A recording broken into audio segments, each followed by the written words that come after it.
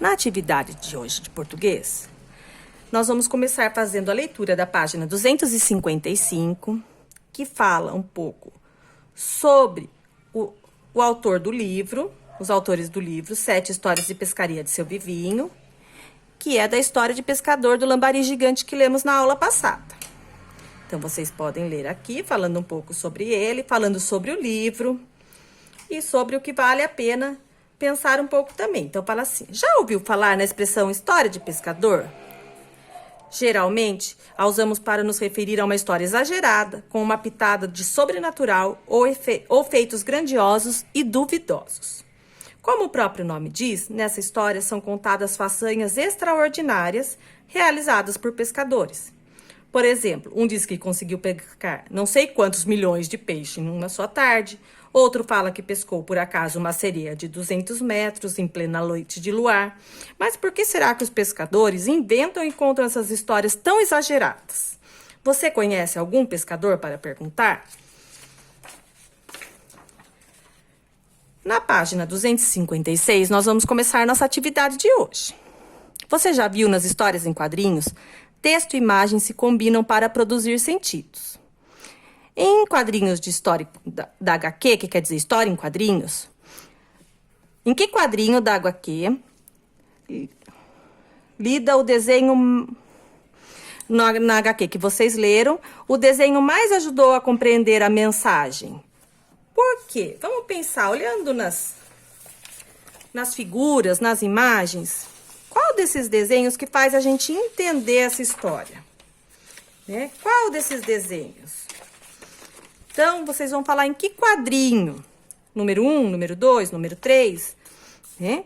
Em qual quadrinho da história em quadrinho lido o desenho mais o ajudou a compreender a mensagem? Então, para você entender essa história, qual dessas figuras, qual desses quadrinhos que te ajudou a entender? E por quê? Podem responder aqui pequenininho mesmo no próprio livro ou no caderno. Número 2, preste atenção no modo como o texto verbal é construído em Seu Vivinho e o Lambari Gigante. Se comparado à linguagem das histórias em quadrinhos em geral, é possível reconhecer nesse texto uma particularidade, uma coisa diferente das outras histórias em quadrinhos que a gente lê, como, por exemplo, a Turma da Mônica. Que particularidade é essa? Que efeito ela dá no texto? Esse texto tem alguma coisa diferente das histórias que a gente está acostumado. Em que outros textos você conhece a linguagem é construída de forma semelhante?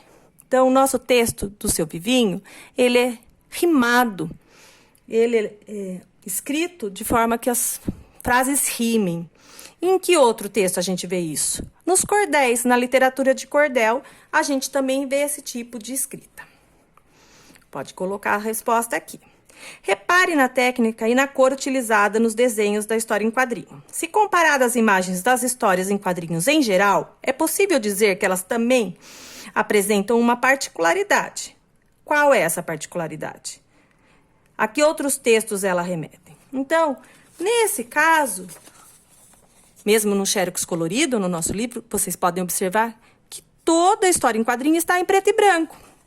Diferente das histórias que a gente costuma ler, da Turma da Mônica, de heróis, geralmente as histórias são coloridas. E em que lugar a gente pode ver histórias ilustradas em preto e branco? Nas literaturas de cordel também. Agora é hora de reler o texto em voz alta e de forma expressiva o texto da história em quadrinho. Não vai juntar 2 colegas porque nós estamos em casa. Então, vocês podem reler o texto de ontem. Você conhece alguma outra história de pescador?